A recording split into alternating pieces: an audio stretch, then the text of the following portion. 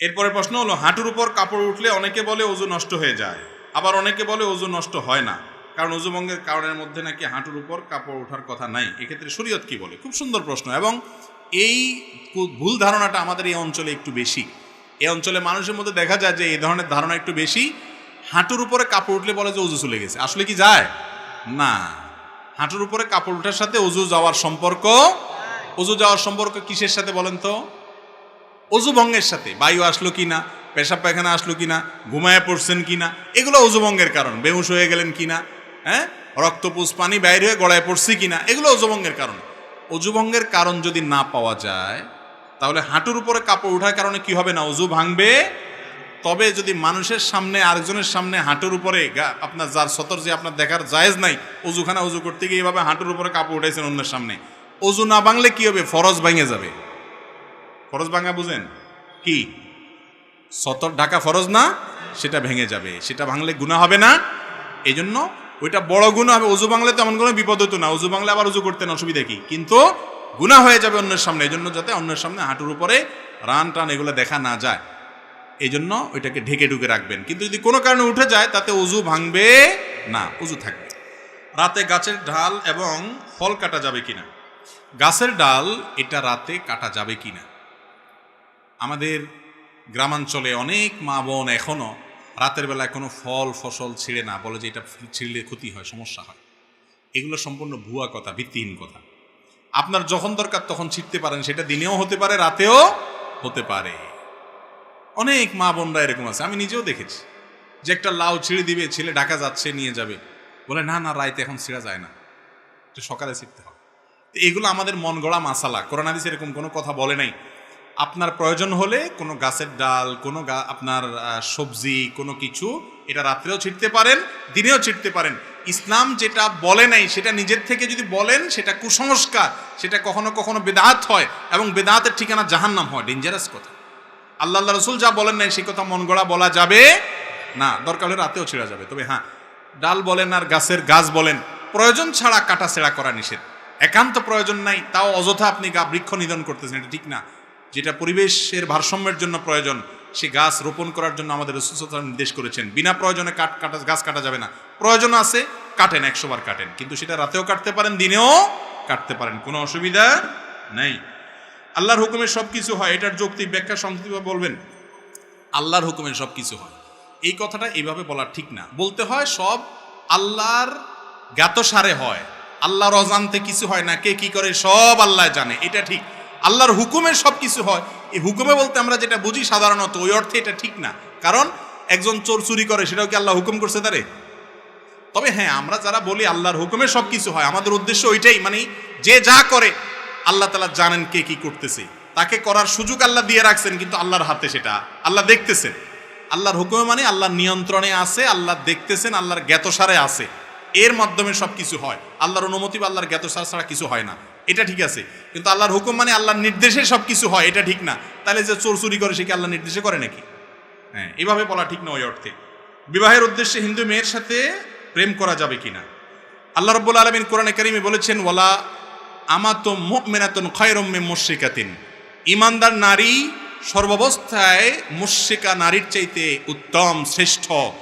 ইসলাম কোনো মুশরিকের সাথে বিবাহকে হালাল করে নাই, হারাম রেখেছে। তো এই জন্য কোনো মুশরিকের সাথে বিবাহ বন্ধনে আবদ্ধ হওয়া জায়েজ নাই। মুশরিককে যদি আপনি বিবাহের নিয়তে প্রেম করেন, তাহলে সেক্ষেত্রে ওই যে কোরবানের নিয়তে গরু চুরি করার মতো হবে আর কি। কোরবানের নিয়তে গরু চুরি করা বুঝুন তো, যে একজন গরু চুরি করতে গেছে, গরু চুরি করে নিয়ে আসছে, কেন? আমার নিয়ত ভালো, কোরবানের নিয়ত করে চুরি করছে, এই চুরি হালাল হবে? বিবাহ বহির্ভূত রিলেশন, সম্পর্ক হালাল না হারাম? নবী করিম সাল্লাল্লাহু আলাইহি ওয়াসাল্লাম বলেছেন, বুখারীতে এবং আবু দাউদে হাদিস বর্ণিত হয়েছে, 4টি কাজ হারাম, অথচ মানুষ সেগুলোকে কিয়ামতের আগে এক সময়, এমন একটা সময় আসবে মানুষ হালাল মনে করবে। তার ভিতরে একটা হলো এই জিনা, আল হের, জেনা, ব্যভিচার, বিবাহ বহির্ভূত সম্পর্ক। এটাকে দোষী কিছু মনে করবে না। যুবকরা এখন এটার নাম বিএফ জিএফ দিয়ে এটাকে নর্মাল করে ফেলছে, অথচ এটা আল্লাহর জমিনে সবচেয়ে বড় ডেঞ্জারাস অপরাধগুলোর মধ্যে থেকে একটা অপরাধ, হারাম, জেনা। এর কারণে আল্লাহর আযাব এবং গজব নাজিল হয়, সাংসারিক জীবনে শান্তি হয় না। আমি একটা কথা সবসময় বলি ভাই, আবেগ ভালোবাসা এটা হলো সফট ড্রিঙ্কসের মতো। 7 আপ, পেপসি, হ্যাঁ, আর সি, এগুলা দেখছেন না? এগুলোর যে ঝাঁজ, এই ঝাঁজটা খোলার পরে কি অনেক সময় থাকে? খুলে ফেললে একটু পরে আস্তে এটা নর্মাল পানির মতো আস্তে আস্তে হয়ে যায়, তাই না? আবেগ ভালোবাসা এরকম। যুবক ভাইয়েরা, এই ভালোবাসাটাকে ধরে রাখেন, এটাকে ধরে রাখেন। বৈধ ভালোবাসা যখন বাসার সুযোগ আসবে, আল্লাহ যখন স্ত্রী দিবেন, তখন এই ভালোবাসাটাকে নিবেদন করবেন, এনজয় করবেন, লাইফটা হাসি খুশিতে কাটাবেন, হ্যাপি থাকতে পারবেন। আর অসময় ইটিস পিটিস করে ঝাঁজ নষ্ট করবেন, আবেগ নষ্ট করবেন, সময় মতো বিয়ে করবেন, তখন দেখবেন পুঁজি শেষ। কথা কি বুঝাতে পারছি? এই জন্য যেগুলো এই বিবাহ বহির্ভূত সম্পর্ক করে, এগুলোর ম্যাক্সিমাম দাম্পত্য জীবনে শান্তি থাকে না, ঝগড়াঝাটি লাগে। দেখেন ওই যে প্রেমের টিচার যারা, এই অবৈধ সম্পর্কের যারা প্রশিক্ষক, নায়ক নায়িকা, গায়ক গায়িকা, বিভিন্ন মডেল তারকা, এরা আপনাদেরকে নাটকী সিনেমা দেখায় কেমনে বাপ মার সাথে বেয়াদবি করে, সমাজের কথা না শুনে, আল্লাহর কথা না বাদ দিয়ে, আল্লাহর কথা বাদ দিয়ে তারপরও ধরি পালায় যাইতে হবে, যাইয়া প্রেম জয় করে ফেলতে হবে, এসব আকতা কুকতা দেখায় না এরা। এগুলোর এক একটা দেখবেন বিয়ে 6 মাস টিকে, 4 মাস টিকে, আধা বছর টিকে, 1 বছর টিকে, আইজো ধায় কাইলো ধায়, এক একটা 4 বিয়া 5 বিয়া 7 বিয়া হয়। শান্তি এদের জীবনে হয় না, কারণ শান্তি আল্লাহ তাআলা এখানে রাখেন নাই। যারা আপনাকে প্রেমের ট্রেনিং দিচ্ছে, ও নিজেই প্রেম করে শান্তি পায় না, আপনি কোত্থেকে পাবেন? এই জন্য বিবাহ বহির্ভূত সম্পর্ক করা যাবে, হিন্দু হোক আর মুসলমান হোক, কারোর সাথে করা যাবে। কোনো হিন্দু মেয়েকে আপনি দাওয়াত দিয়ে ইসলামে আনতে পেরেছেন, তিনি স্বেচ্ছায় ইসলাম গ্রহণ করেছেন, তারপর আপনি তাকে বিবাহের প্রস্তাব দিয়ে বিবাহ করবেন। বিবাহ বহির্ভূত কোনো ইটিস পিটিস করবেন না। আল্লাহ তাআলা আমাদেরকে হারাম থেকে বেঁচে থাকার তৌফিক দান করুন। এটার জন্য কলিজা লাগে যুবক, কলিজা। এটা সবাই পারে না। সমাজের সব নষ্টামির দিকে চলে যাচ্ছে। আমি একা স্রোতের বিপরীতে চলবে, এর নাম মুসলমান। জান্নাতে বেশি মানুষ যাবে না জাহান্নামে বেশি মানুষ যাবে? জান্নাতে বেশি লোক যাবে না জাহান্নামে বেশি লোক যাবে? জান্নাতে যাওয়া লোকের সংখ্যা কম। সব যুবক জিএফ নিয়ে ঘুরে, আপনার কোনো জিএফ থাকবে না, অপেক্ষায় থাকবেন হালাল স্ত্রীর জন্য। সবর করবেন, ধৈর্য ধারণ করবেন, নজরকে হেফাজত করবেন, সবাই একদিকে, আপনি আরেক দিকে। ইনশাআল্লাহ আরশে আজিমের নিচে কিয়ামতের দিন ছায়া পাবেন। 7 শ্রেণী মানুষ ছায়া পায়, তার মধ্যে ওই যুবক, যে যুবক তার যৌবনকে কালিমা লাগায় নিয়ে আল্লাহর ইবাদতে কাটিয়েছে। চেষ্টা করবো তো ইনশাআল্লাহ। শয়তান আমাদেরকে জাহান্নামে নিতে চায়, আমরা চ্যালেঞ্জ ছুড়ে দিব। আমরা মুত্তাকি হব, পরেজগার হব, ভালো মানুষ হব, সৎ হব। মনে রাখবেন, অসৎ মানুষের অভাব সমাজে নাই, সৎ মানুষের অভাব আছে। যেটার অভাব সেটার দাম বেশি থাকে। আপনি দামি মানুষ হন, হারাম সম্পর্ককে না করেন। তওবা করবেন তো যুবকরা ইনশাআল্লাহ। যত রিলেশন আছে অবৈধ সবগুলোকে কাট করে দিবেন শুধু আল্লাহকে খুশি করার জন্য। সাথে সাথে দেখবেন আল্লাহর সাথে একটা রিলেশন, একটা আত্মিক সম্পর্ক হয়ে গেছে। আল্লাহ আমাদের তৌফিক দান করুন।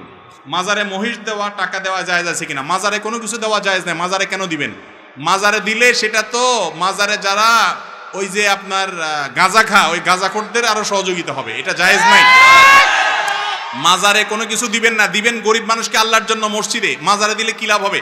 যিনি মাজারে শুয়ে আছেন উনি যদি আল্লাহর ওলি হয়, উনি যদি নেক মানুষ হয়, ভালো মানুষ হয়, তো আপনার এই জিনিসগুলো কি তার কবরে ঢুকবে? বাইরে যে বাটপার আছে এদের ভাগযোগ করে খাওয়ার ব্যবস্থা হবে, ঠিক না ভাই? ঠিক। মাজারে কোনো কিছু দিবেন না, মাজারে মানত করবেন না। মানত হবে আল্লাহর জন্য, আল্লাহ ছাড়া কারণ মানত করলে শিরিক হবে। একটু আগে বলছি কোনো ইবাদত কবুল হবে না যদি শিরিক করেন। কথা কি বুঝাতে পারছেন? কোন প্রকার মাজারে কোনো দান দক্ষিণা মান্নত করা যাবে না। মাজারের ভাই, মাজারে যাবেন কবর জিয়ারত করে দেবেন, সেখানে কিসের দান? ওখানে আপনি দিবেন, বাটপাড়ারা সব ভাগযোগ করে খাবে। দিবেন গরিব মানুষকে, মসজিদে, মাদ্রাসা, ইসলাম মাজার নির্দেশ। ভাই মাজারে যদি কোনো কিছু দেওয়ার নির্দেশ থাকতো তাহলে হাজী সাহেবরা পোলটা ভরে নিয়া রাসূল করিম সাল্লাল্লাহু আলাইহি সাল্লামের কবর দিয়ে আসতো। আপনাদের এলাকায় যতজন মক্কা মদিনায় গেছেন রাসূল সাল্লাল্লাহু আলাইহি সাল্লামের কবরে কিছু দিয়ে আসতে পারছেন? তাহলে রাসূল সাল্লাল্লাহু আলাইহি ওয়াসাল্লামের সাথে বড় কবর কারোর আছে দুনিয়াতে? তাহলে ওয়াদা করেন সবাই, কোনো মাজারে কোনো কিছু দিবেন না, ঠিক আছে তো ইনশাআল্লাহ? সবাই হাত তুলে ওয়াদা করেন। আল্লাহ আমাদের শিরিক মুক্ত সমাজ গড়ার তৌফিক দান করুন। আমিন। এরপরে প্রশ্ন হলো, ওলিমা ছেলের পক্ষ খাওয়াবে নাকি মেয়ের পক্ষ খাওয়াবে? ওলিমা বলা হয় বিবাহ পরবর্তী খাবার। বিবাহের পর খাবারের অনুষ্ঠান কয়টা হবে? একটা না দুইটা? কি বলেন আপনারা? বিবাহ উপলক্ষে শুধু খানা একটা এক্সট্রা অনুষ্ঠান হয়? ছেলে দেখতে গিয়ে একটা, মেয়ের বাপের বাড়িতে 50-60 জন 70 জন বেহায়ার মতো যায় খায়া আসে। এরপরে আইসা আপনার অলিমার নাম দিয়া আপনার ছেলে একটু খাওয়ায় হালকা পাতলা, আর তার কয়েক গুণ বাড়াইয়া মেয়ের বাপের বাড়িতে আবার কি যাত্রী জানি বলে, বরযাত্রী। বরযাত্রী না। কেন বরযাত্রী বলেছি শুনেন। বরযাত্রী হবে তখন যদি আপনি এটা নিয়ে বার্গেনিং করে বেহায়ার মতো নেগোসিয়েশন করেন যে আমাদের পক্ষ থেকে 200 লোক যাবে, মেয়ের বাপ বলছে না 100, কয় না আচ্ছা তাহলে 150, মাঝখান দিয়ে থাকুক, দালাল কয়, দালাল থাকে না একটা ঘটক, এটা কয় না ঠিক আছে 150, তাহলে ঠিক আছে, তাহলে 125 আমরা চুক্তি করলাম। এই যে একটা কথা, কত বড় নির্লজ্জের মতো কথা, চিন্তা করেন ভাই। শরীয়ত বিয়ে উপলক্ষে একটা খাবারের ব্যবস্থা রেখেছে, সেটা খাওয়াবে কে? ছেলে। ওই ছেলে 50, 100, 200 যায় খাওয়াক না খাওয়াক, তার পুরা গ্রামের মানুষ শুদ্ধা নিয়ে যায় শ্বশুরবাড়িতে খায়া আসে। ওই বেচারা মেয়েটাকে জন্ম দিয়ে লালন পালন করে এই তো বড় করে দিয়েছে, এই মেয়ের সকল সার্ভিস, এত বড় মেয়েটাকে তুলে বাড়িতে নিয়ে আসছেন, সারা জীবনের জন্য আপনার বাড়িতে সার্ভিস দিবে। আপনি তো শ্বশুর মশাইরে সালাম করতে করতে জীবন পার করবেন, উল্টা বেহায়ার মতো বেচারা মেয়েও দিছে, আবার খাওয়াবেও, আবার যৌতুকও দেয়। এটার নাম হলো ডাকাতি। এই জন্য বললাম এটা বরযাত্রী, এটা কখনো বরযাত্রী। আপনি আপনার বাপ, চাচা, 2-4 জন মুরব্বী যাইতে পারেন বড়, বিয়ে উপলক্ষে খাওয়াবে ছেলে, কিন্তু আমাদের সমাজে বিশেষ করে মেয়ে জন্ম দিয়া বাপ মা যেন ভুল করে ফেলছে, অপরাধ করে ফেলছে। যুবকরা, এই অনাচারের বিরুদ্ধে আপনাদেরকে দাঁড়াতে হবে যে আমার বিয়েতে অনাচার আমি করতে দিব না। মুশকিল হলে এটা যখন বলবেন তখন মুরব্বীরা বলবে, বাবা রে, বিয়ের আগে হাতে শ্বশুরবাড়ির পক্ষে কথা কয়, বিয়ে করলে জানে কি করব, ঠিক না? ঠিক বলবেন না। আমি উল্টা পাল্টা অন্যায়ভাবে শ্বশুরবাড়ির পক্ষে টানবো না ইনশাল্লাহ। মা বাবার সাথে কারোর কোনো তুলনা নেই, মা বাবা মাথার উপরে। আমি আপনাদের কথার বাইরে চলবো না, কিন্তু যেই কথা আপনাদের মানতে গেলে জুলুম হবে আরেকটা মানুষের, সেটা করা যাবে না। হ্যাঁ, কোনো মেয়ের বাপের অডেল আছে, সে নিজে খুশি মনে খাওয়াইতে চায়, বরং জোর করে আপনাদেরকে নিয়ে খাওয়াইতে চায়, সেটা আপনারা খাইলেন, অসুবিধা নেই। কথা বুঝাতে পারছি? কিন্তু এই কালচারটা দূর করতে হবে। কালচারটা যে আপনার না হয় সামর্থ্য আছে খাওয়াবেন, কিন্তু তখন সমাজে একজন গরিব বাবা, সে তো ধার করে কর্জ করে সুদের উপরে টাকা নিয়েও খাওয়াইতে হবে, ঠিক না? ঠিক। অতএব এই বদযাত্রীর এই কালচারটা আমাদের সমাজ থেকে ঝেঁটিয়ে বিদায় করতে হবে ইনশাআল্লাহ। করবেন তো যুবকরা ইনশাআল্লাহ? সমাজ পরিবর্তন আমাদেরকে করতে হবে। ইসলাম বলেছে তুমি বিয়ে করছো, তুমি খাওয়াবা ভাই, তুমি আবার যাই আরেকজনতে চাঁদাবাজি করবে কেন? করে তো করে, আবার টেবিল চেয়ার নিয়ে আপনার চাঁদাবাজি করে, আছে না নেই? এগুলো করবেন না, এগুলো খুব খারাপ জিনিস, খুব খারাপ জিনিস। খাওয়ানো তো খাওয়ানো, আবার আসার সময় জিনিসপত্র কত করে নিয়ে আসে। আমার মনে হয় এর চেয়ে বড় ডাকাতি বাংলাদেশে আর দ্বিতীয়টা নেই। পোলা একটা জন্ম দিয়া কিছু একটা ঘটায় ফেলছেন। হ্যাঁ, এবার দেখতে গিয়া খাওন, এমনি গিয়া খাওন, হেমনি গিয়া খাওন, আবার শীত নাস্তা, আবার আপনার ওই যে শীতের কি বানি ফলের মৌসুমে ফল পাঠানো, হাজারো অনাচার, এগুলো সব চাঁদাবাজি, ডাকাতি। এর চাইতে ডাকাত ভালো। ডাকাতের অস্ত্র দেখে আপনি সাবধান থাকতে পারেন, আর এটা হলো ভদ্রবেশে ডাকাতি। এই ডাকাতি করব আমরা? আল্লাহ আমাদেরকে বুঝার তৌফিক দান করুন। বিয়ে উপলক্ষে খানা কয়টা হবে? একটা। সেটা কে খাওয়াবে? ছেলে না মেয়ে পক্ষ? ছেলে পক্ষ খাবেন, মেয়ে পক্ষের বাড়িতে দর দস্তুর করে লোকজন নিয়ে। ভাই, পুরো এলাকা মানুষ নিয়ে আপনি খাওয়াইলে কি লাভ হবে বলেন তো? কি লাভ হবে বলেন? সম্পর্ক হয়েছে দুইটা ফ্যামিলির মধ্যে, হাতে বুতে খাইলো, লাভ হইলো কি বলেন? মাঝখান দিয়ে ওই বেচারার টাকা নষ্ট হলো, আপনার কি লাভ হইলো? সমাজের মানুষ কি বলবে, ওই সমস্ত দিক না থাকে কোরআন হাদিস কি বলে সেটা মানবেন তো ইনশাআল্লাহ? আল্লাহ আমাদের তৌফিক দান করুন। পুরুষ ও নারীদের সুন্নতি পোশাক সম্পর্কে দয়া করে বলবেন, পুরুষ এবং নারীদের সুন্নতি পোশাক কোনটাকে বলা হয়? আমরা আমাদের দেশে সাধারণত মনে করি যে লম্বা জুব্বা, দাড়ি অথবা পাঞ্জাবি টুপি, এটা পুরুষদের জন্য সুন্নতি পোশাক, আর মহিলাদের জন্য সুন্নতি পোশাক কি? 3 পিস, ওড়না, এরকম, এগুলোকে আমরা সুন্নতি পোশাক মনে করি। মূলত পোশাকের ক্ষেত্রে কোরআন এবং হাদিসের মৌলিক নির্দেশনা আছে, সেই নির্দেশনাগুলো মানাই হলো আমাদের কর্তব্য। যেমন পুরুষের জন্য কোরআন এবং হাদিস পোশাকের ক্ষেত্রে যে নীতিমালা দিয়েছে, তার প্রথম হলো পুরুষ নারীর সাথে মিল হয়, নারীর পোশাকের সাথে খাপ খায়, সাদৃশ্য হয়, দেখতে একই রকম লাগে, সেই স্টাইল বেশভূষা ধারণ করবে না। একই কথা নারীর ক্ষেত্রেও প্রযোজ্য। নারী পোশাক পরার ক্ষেত্রে পুরুষের মতো পোশাক পরবে না। আজকাল আছে না, প্যান্ট শার্ট পরে নারী না পুরুষ বোঝা যায় না, একই রকম পোশাক পরে, এটা হাদিসে নিষেধ, এবং নবী সাল্লাল্লাহু আলাইহি ওয়াসাল্লাম লানত করেছেন এরকম পোশাক যারা পরে তাদের উপরে। এক।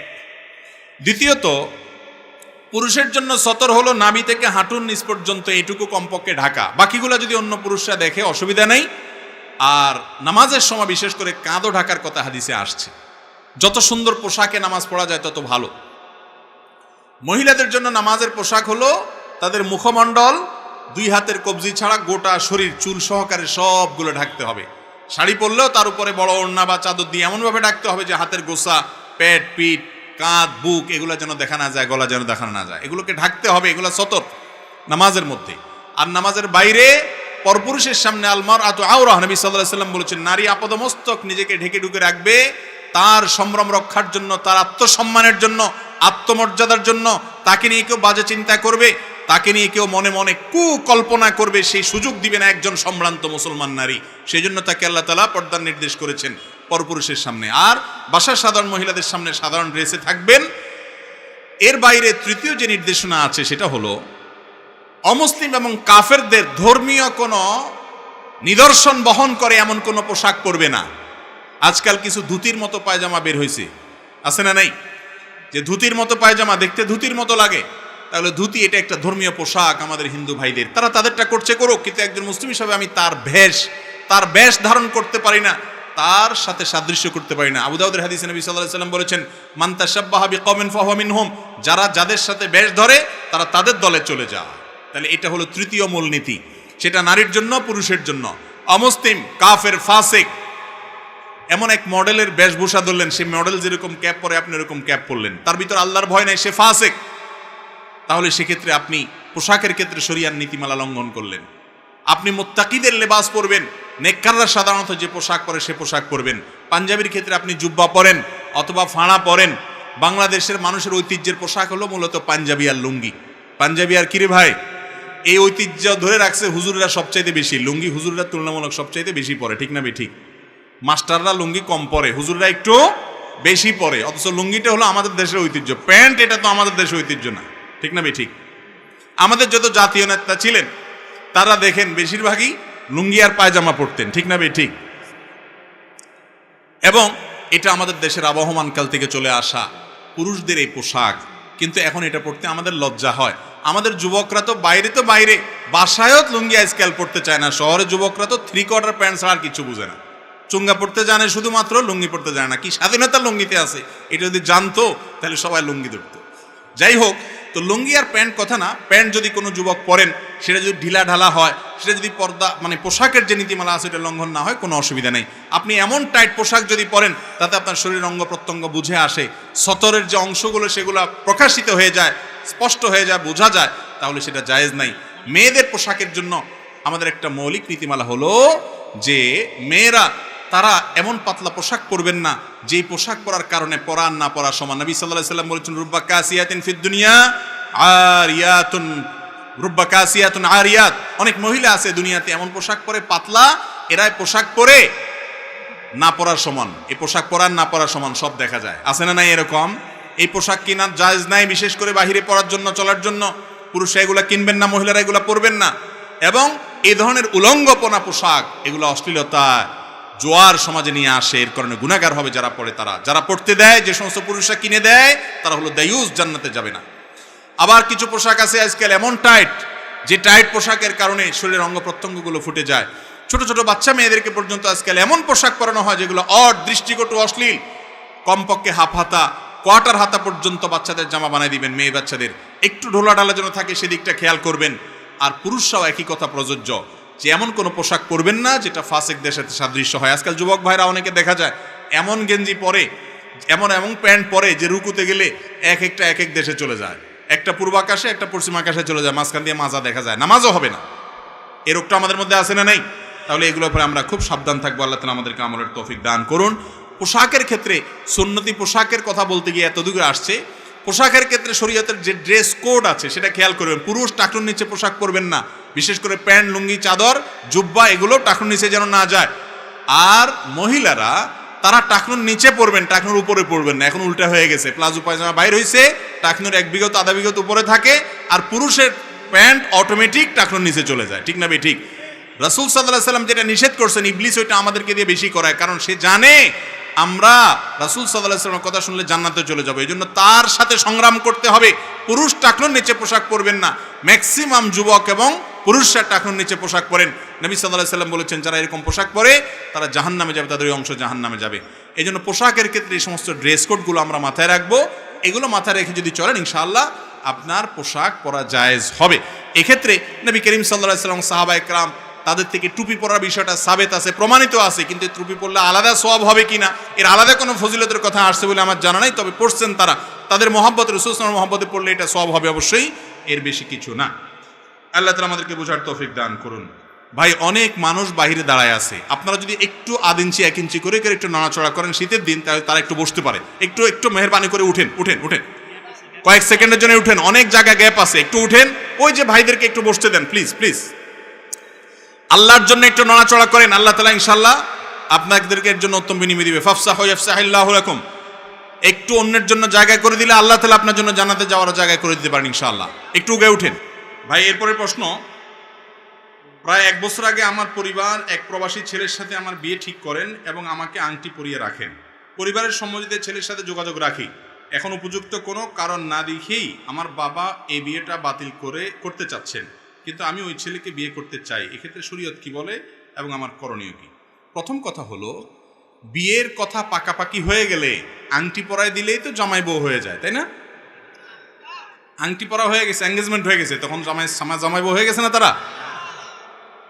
সেটা যদি না হয় তাহলে এই তথাকথিত এঙ্গেজমেন্টের পরে এই স্বামী স্ত্রীর মতো আলাপ সালাপ, খোশ গল্প, কথাবার্তা, আড্ডাবাজি, চ্যাটিং এগুলো আমাদের সমাজে আছে না নাই? তাহলে সেই সম্পর্কটা কি হালাল হবে না হারাম হবে? হারাম হবে। অনেক যুবকরা বলে যে না, একবার হঠাৎ করে অচেনা একটা মানুষের সাথে কেমনে থাকে, এই জন্য আগে একটু মানে জড়তা কাটায় নেই, যোগাযোগ করে নেই।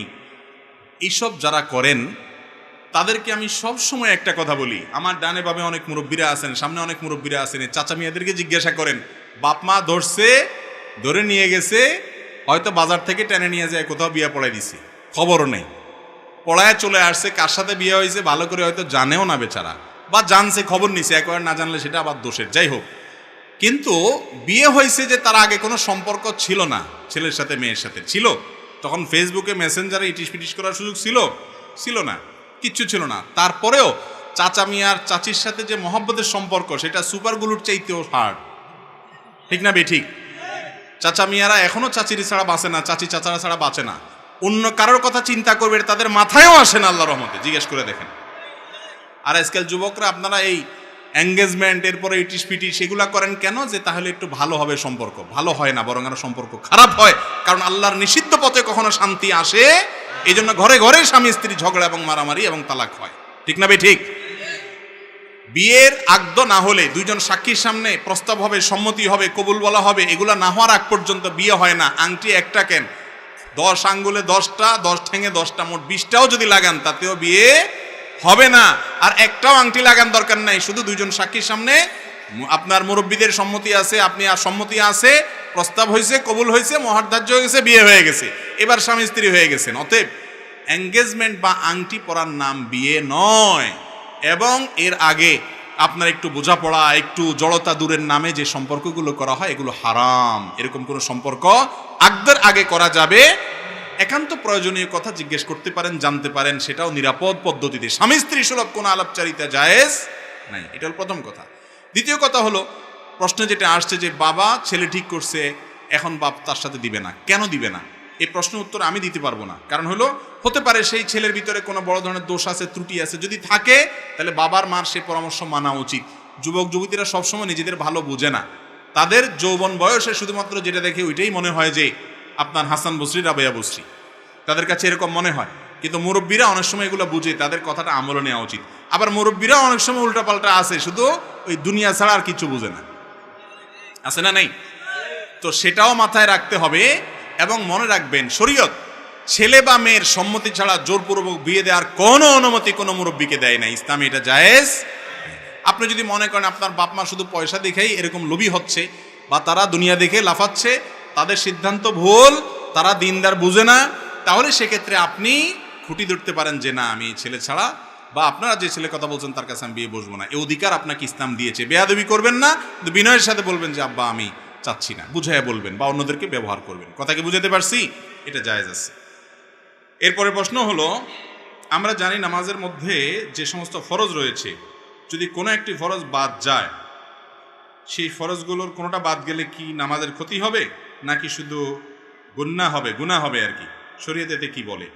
নামাজের যে ফরজগুলো আছে, কোনো একটা ফরজ যদি বাদ যায় তাহলে কি দিতে হবে? সেজদা সেও দিলে নামাজ হবে না? মাশাআল্লাহ, আপনারা তো অনেক মাসালা জানেন।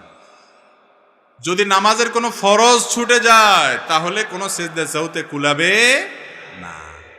অজু ছুটে গেল নামাজের মধ্যে, শেষে সিজদা সৌ দিয়ে দিলেন, কাজ হবে? আবার পড়তে হবে নামাজ, তারপরে আর পড়া যাবে, যাই অজু করে এসে নামাজ পড়তে হবে।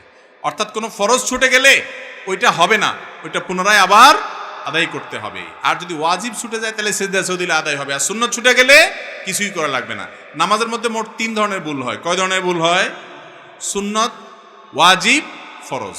সুন্নত ছুটলে কিছুই করতে হবে না, ওয়াজিব ছুটলে সিজদা সৌ দিতে হবে, আর ফরজ ছুটলে নামাজ হবেই না। কথা বুঝাতে পারছি? আবার করতে হবে।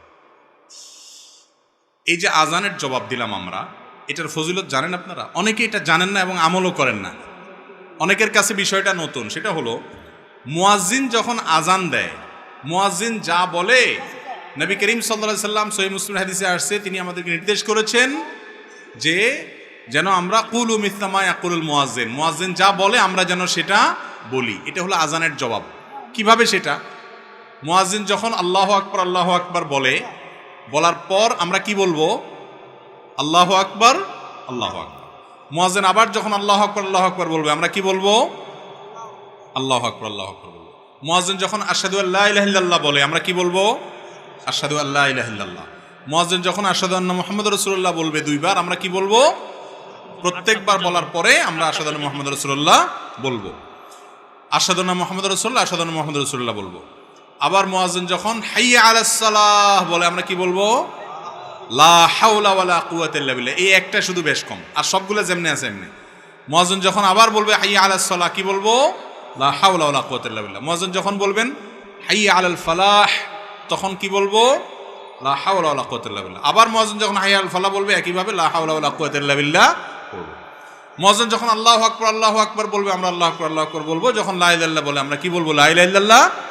এই যে মুয়াজ্জিন যা যা বলছেন সাথে সাথে তা বলছেন, শুধু হাইয়া আলাস সালাহ, হাইয়া আল ফালাহ সময় লা হাওলা ওয়ালা কুওয়াতা ইল্লা বিল্লাহ পড়ছেন। এটার লাভ কি জানেন? সুবহানাল্লাহ, অফুরন্ত লাভ। এটার লাভ হলো যে মুয়াজ্জিন সাহেবদেরকে আমরা সমাজে মূল্য দেই না, মর্যাদা দেই না। তাদের মর্যাদা জানেন?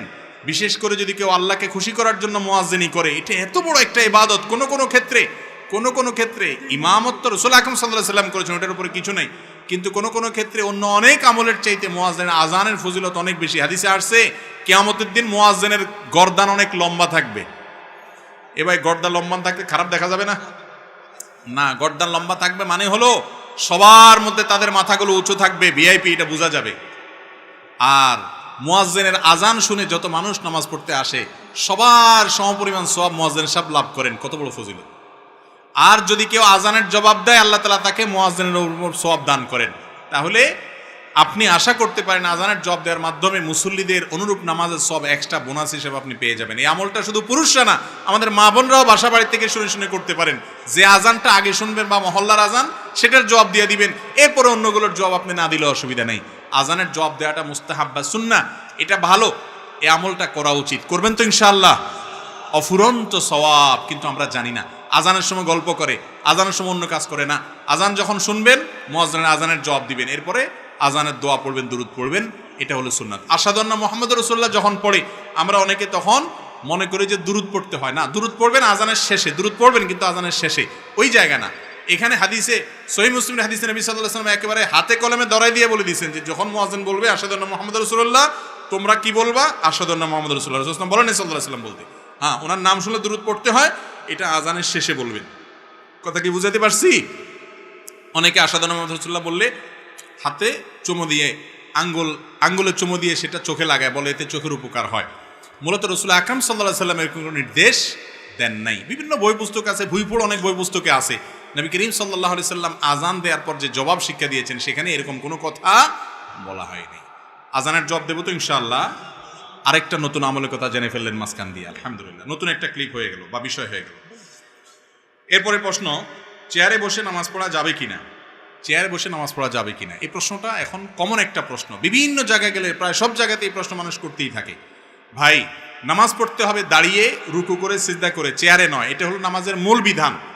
কেউ যদি নামাজ দাঁড়িয়ে পড়তে না পারে, নবী করিম সাল্লাল্লাহু আলাইহি ওয়াসাল্লাম এক ব্যক্তি অপারগ অসুস্থ, তাকে বলেছেন যে তুমি দাঁড়িয়ে নামাজ পড়তে না পারো তাহলে বসে পড়বা। বসে পড়তে না পারো, শুয়ে কেবলার দিকে পাও দিয়ে, মাথা বিপরীত দিক দিয়ে তুমি মাথার ইশারা করে নামাজ পড়বা। মনে মনে নামাজ পড়বা যদি তোমার সেন্স থাকে। কিন্তু নামাজ তোমাকে পড়তেই হবে যে কোনো অবস্থায়। এখন একজন মানুষ যদি দাঁড়াইতে পারে কিন্তু রুকু আর সেজদাটা করতে পারে না, রুকু সেজদা করতে গেলে তার কোমরে ব্যথা হয়, অসম্ভব ব্যথা হয়, অথবা ডাক্তার যিনি নামাজের গুরুত্ব বুঝেন সেই রকম ডাক্তার, যিনি আবার ভালো ডাক্তারও বটে, তিনি বলছেন যে আপনার মাজাতে এক্সরে ইত্যাদি রিপোর্ট করে দেখা গেছে, বোঝা গেছে আপনি নিয়মিত রুকু সেজদা এভাবে করলে আপনার স্থায়ী রোগ হবে, বড় অসুবিধা হতে পারে, এই জন্য আপনি নামাজটা বসে পড়বেন চেয়ারে। এরকম যদি কোনো ধর্ম বুঝে, নামাজ বুঝে এরকম ডাক্তার, আবার ডাক্তারও ভালো, তিনি যদি বলেন যে হ্যাঁ এটাতে বড় কোনো অসুবিধা আছে, সত্যিই বড় কোনো অসুবিধা হয় বা এত ব্যথা হয় যে আপনার চিৎকার শুরু হয়, তাহলে সেক্ষেত্রে আপনি দাঁড়ানোর সময় দাঁড়ায়া জামাতে নামাজ পড়বেন, রুকু এবং সেজদার সময় বসে রুকু সেজদা ইশারা করবেন, একটু ঝুঁকে রুকুর নিয়ত করবেন আর একটু বেশি ঝুঁকে সেজদার নিয়ত করবেন, এটা জায়েজ আছে। আর যদি দাঁড়ানোর থেকে বসতেই না পারেন, উঠা বসাও করতে না পারেন, এত বেশি অসুস্থ হন, তাহলে সেক্ষেত্রে আপনি বসে পড়তে পারেন। অনেক মায়েরা আছেন গর্ভবতীর সময়, বিশেষ করে শেষের দিকগুলোতে এত বেশি শরীর ভার হয়ে যায় যে ভারসাম্য ধরে রাখতে পারেন না, ভয় হয় যদি পড়ে যায় তাহলে গর্ভস্থ সন্তানের ক্ষতি হবে, ওনার ক্ষতি হবে। এরকম যদি সিরিয়াস পর্যায়ের কোনো মহিলা থাকেন, খুব কম থাকে এরকম, তাহলে বসে নামাজ পড়তে পারেন। বিশেষ করে ফরজ নামাজটা দাঁড়িয়ে, নফলগুলো ইচ্ছাকৃত এমনও বসে পড়া যায়, সেটা করতে পারেন।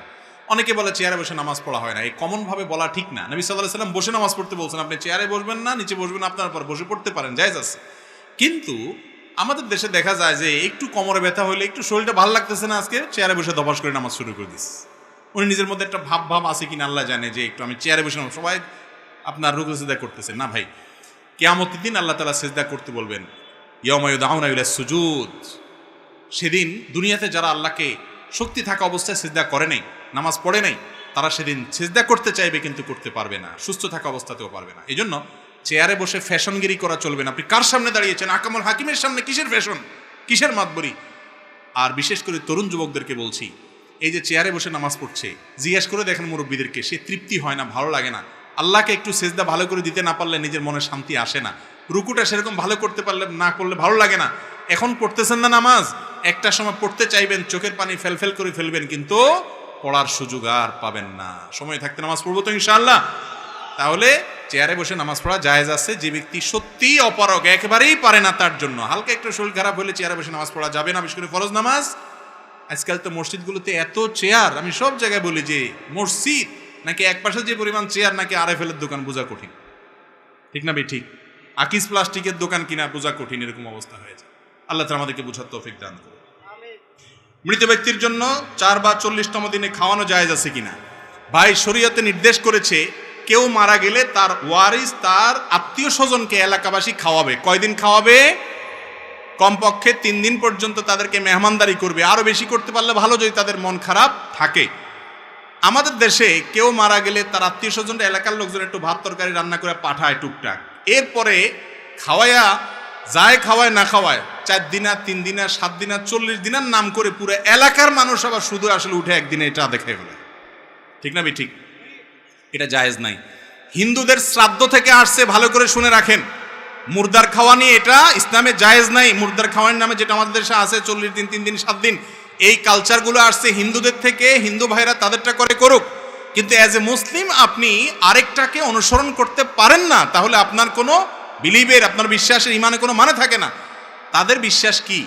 যারা গুগল বুঝেন, নেট বুঝেন, শ্রাদ্ধ তালিবেশ্বর অফলাকার দর পরে বড় ধ দিয়া সার্চ দেন, দেখেন কি আসে। হিন্দুদের ধর্ম মতে আপনার কারোর মৃত্যুর পরে তার জন্য এলাকাবাসীকে, আত্মীয় স্বজনকে যদি না খাওয়ানো হয়, তাহলে স্বর্গে সেই লোকরে নাকি সোনা দানা দেওয়া হয়, খানা দেওয়া হয় না, বলে তোর আত্মীয় খাওয়ায় না, এই জন্য পাবি না। আমি নিজে দেখেছি, পড়েছি, তারপরে এসে বলতেছি। এই জন্য এই যে মুর্দার খানার নামে যে সমস্ত দিনক্ষণ ঠিক করে আমার দেশে যা খাওয়ায়, এগুলো জায়েজ নাই, ইসলাম এগুলো বলে নাই। যে মারা গেছে তার পরিবারে খাওয়াবেন, তাদের কাছ থেকে খানা আদায় করবেন না।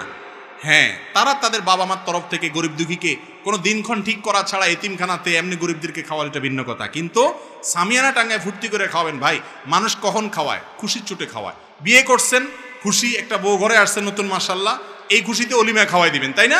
ছেলে হয়েছে, আল্লাহ সন্তান দিছে, মেয়ে হয়েছে, সন্তান দিছে, এই খুশিতে আকিকা খাওয়াই দিবেন। ছেলে পাশ করছে, পরীক্ষা, চাকরি পাইছে, খুশির চোটে মিষ্টি খাওয়ান, তাই না? যত খাওয়া খাওয়াই ব্যাপার আছে, এগুলো সব খুশির চোটে হয় না দুঃখের চোটে হয়? খুশির চোটে হয়। আপনার বাপ মারা গেছে, গোটা এলাকা মানুষের গরু জবাই করে খাওয়া দিচ্ছে, মানে বিরাট খুশি যে বুড়া মরছে, জমি জমার ভাগ পাইলাম। এখন ব্যাপারটা কি সেরকম? খুবই আপত্তিকর এই বিষয়টা, খুবই আপত্তিকর।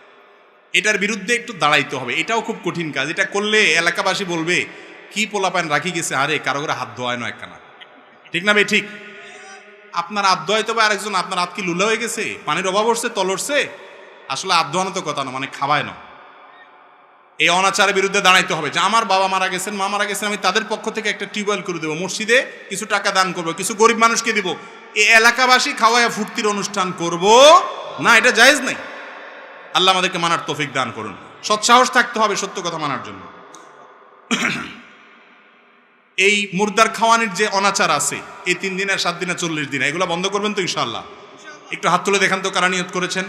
আল্লাহ আমাদের সবাইকে বেদাতের বিরুদ্ধে শক্ত হওয়ার তৌফিক দান করুন, সুন্নাতের উপর ঐক্যবদ্ধ হওয়ার তৌফিক দান করুন।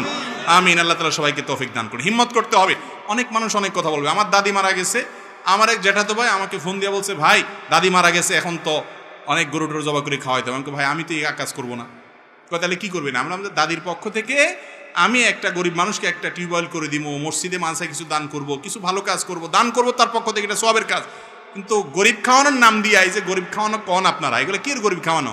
গরিবরে কয় এই তোরা বয়, চেয়ারম্যান সাহেব খাইলো কাকে, ঠিক না বে ঠিক? এটা গরিবের নামে তামাশা, তামাশা। এগুলো বন্ধ করতে হবে, এগুলো করা যাবে না। কোনো মানুষ মারা গেলে তার ওয়ারিসরা তাদেরকে এলাকাবাসী খাওয়াবেন, তাদের কাছ থেকে কোনো খানা আদায় করবেন, মনে থাকবে তো ইনশাআল্লাহ। টাকা ধার্য করে খতম ইউনুস পড়া যাবে কিনা? দুনিয়াবি কোনো উদ্দেশ্যে, কোনো আমলের মাধ্যমে, দুনিয়ার কোনো উদ্দেশ্য, রোগ বালাই থেকে ভালো হওয়ার জন্য কোনো হুজুর দোয়া করলেন বা কারো দিয়ে কোনো আমল করালেন, রুকিয়া ঝাড়ফুঁক করালেন, এটার বিনিময়ে আপনি দিতে পারেন। কিন্তু যদি জিকির আজকার, এতবার কালিমা খতম, মুর্দা মারা গেছে 70,000 70 লাখ, বা তোমার অমুক দোয়া পড়লে সওয়াব হবে, মুর্দারে লাভ হবে, এটা করাইয়া যদি হুজুরে টাকা দেন, তাহলে আপনার আমও যাবে, সালাও যাবে। আমসালা দুইটা বুঝেন? সওয়াব তো যে পড়ে সে পাবে, আর আপনি টাকাও দিলেন, তাহলে হে বেটা সওয়াব পাইলে পাইলো, তার ব্যাপার, আপনি তো পাইলেন না, টাকাও গেল, আমসালা দুইটাই গেল, লাভ কি হলো? হ্যাঁ, আপনি আপনার ওয়ারিসের সবাই মিলে পড়েন। এটা পয়সা দিয়ে সব কিছু কিনা যায় না। আখিরাতের আমল এবং সওয়াব এটা পয়সা দিয়ে কিনা যায় না। এভাবে যার যারটা শেষে করতে। আল্লাহ বলেছেন লাইসা লিল ইনসানি ইল্লা মা সা, মানুষ যেটা নিজের জন্য আমল করে সেটাই সে পাবে, অন্যটা সে পাবে না। গর্ভবতী মহিলার স্বামী জানাজা পড়তে পারবে কিনা? কত ফতোয়াবাজি যে আমাদের দেশে মহিলাদের বিরুদ্ধে চলে, যত ফতোয়ার অত্যাচার 2 শ্রেণী মানুষের উপরে, এক হলো মহিলা, আর একটা হলো মসজিদের ইমাম সাহেব, মুয়াজ্জিন সাহেব। ইমাম সাহেব, মুয়াজ্জিন সাহেবদের উপরে যত ফতোয়া, হুজুররা এটা করতে পারবো নি, ওইটা করতে পারবো নি। আরে ভাই, হুজুরদের জন্য কি আলাদা শরীয়ত আসেনি? আর মহিলাদের জন্য যত সব উল্টাপাল্টা কথা। খবরদার, এরকম কোনো কুসংস্কার ইসলামে নাই। কোনো মহিলা গর্ভবতী থাকলে তার স্বামী জানাজা পড়বে না পড়বে তার ব্যাপার। এটার লগে মহিলার কি সম্পর্ক? কয় মহিলা নাকের ইয়া খুললে, আপনার নাকফুল খুললে কয় স্বামীর ক্ষতি হয়ে যায়, এসব কথা বলে না, বলে না? আমি বলি যে এইটা যদি সত্য হতো, তাহলে মহিলারা তো বিরাট বড় অস্ত্র হাতে পেয়ে যেত। কারণ স্বামী তেরিং বিরিং করলে সাথে সাথে নাকফুলটা খুলে ফেলে, যে চান্দু কাহিনী করবা তুমি, নাকফুল খুলে বলবো তোমার ক্ষতি হয়ে যাবো। এসব হাস্যকর কথা, ফালতু কথা। মহিলার নাকফুল থাকলেই কি, এতে স্বামীর কোনো ক্ষয়ক্ষতি হবে?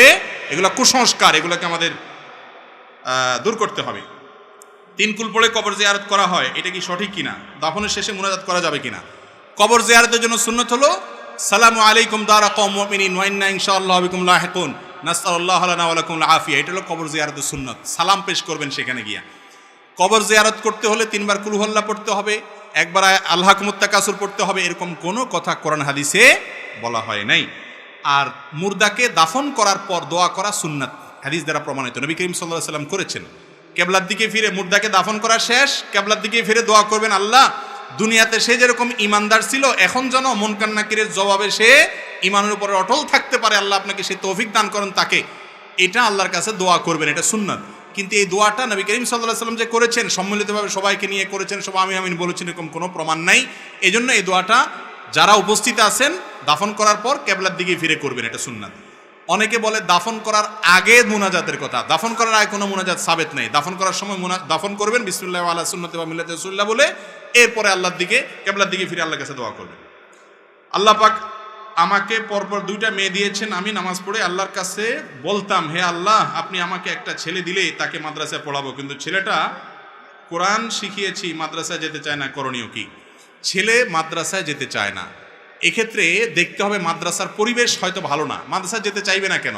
আজকাল আমাদের মাদ্রাসাগুলোতে হুজুররা বেশিরভাগ ক্ষেত্রে, আল্লাহ মাফ করুক, অনেক ভালো মাদ্রাসাও আছে, অনেক মাদ্রাসা আছে যে মাদ্রাসাগুলোতে হুজুররা বাচ্চাদের সাথে মিশতে জানে না, তাদেরকে বেশি মারে, বেশি শাসন করে, বেশি বকাঝকা দেয়, এমনভাবে করে বাচ্চারা সেটা থেকে পালায়। আবার শয়তানও কাজ করে, স্কুলে যেতে চাইলে কয় বেশি করে যা, মাদ্রাসা গেলে কয় যাইস না। শয়তানের এখানে কাণ্ড কারখানা আছে।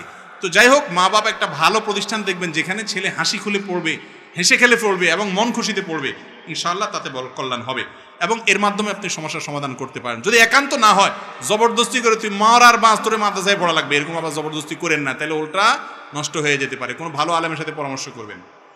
কোন সময় নামাজ, কোন সময় নামাজ পড়া নিষেধ? নামাজ 3 সময় পড়া হারাম। সূর্য যখন উঠে ঠিক সকালে, আর দুপুরে ঠিক মাঝামাঝি যখন থাকে, আর সূর্য যখন ডুবে, 3 সময় নামাজ পড়া হারাম। আর কিছু মাকরু সময় আছে, অপছন্দনীয় টাইম আছে।